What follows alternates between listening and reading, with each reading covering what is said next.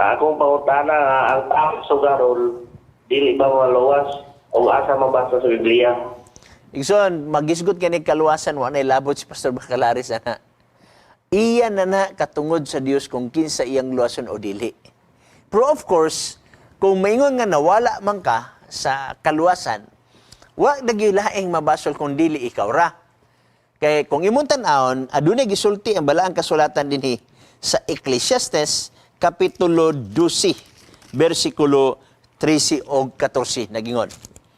Kini mao ang katapusan sa butang, ang tanan na dungog na, kahadluki ang Dios ug bantayi ang iyang mga sugo, kay kini mao ang tibuok nga katundanan sa tao.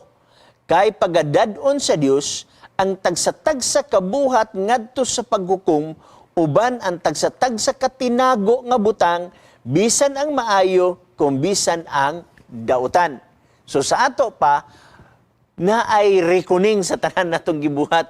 Bisan pang nagtinago o mahibaw isa uban, nga ikaw ra ang yawa o ang Diyos mo inahibalo. Kana, pag-abot sa katapusang mga adlaw, ihukman na sa Ginoo. So si Pastor Bacalaris ba ang mahukom? Dili, ang Ginoo. So pagpangutana nimo maluwas ba ang tao? Dili ko kasultihan na, kay ang Diyos ra may nahibaluan na. What if kung kanang tauhan na sa katapusang gutlo siyang kinabuhi, naghinulsol siya? Sama atong kawatan sa Kalbaryo sa cross. Kabalota nga kawatan na gyud to, grabe na gyud kay iyang salaod nga nahimo. Wala siya panahon nga munaog sa cross aron mag-usab.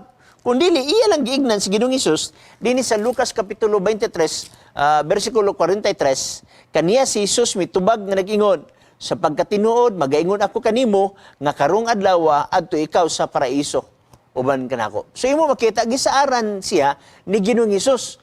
Kawatan na mga ganito. So kung musulinder siya, may kaluwasan. So pag ingon nga maluwas ba, di kumsulti niya na tungod kay wa man tanahibalo sa katapusang gutlo siyang kinabuhi, gidawat siya pagbalik ni Ginoong Hesus sa diyang maginulsol siya. Balik ka ni Maigson.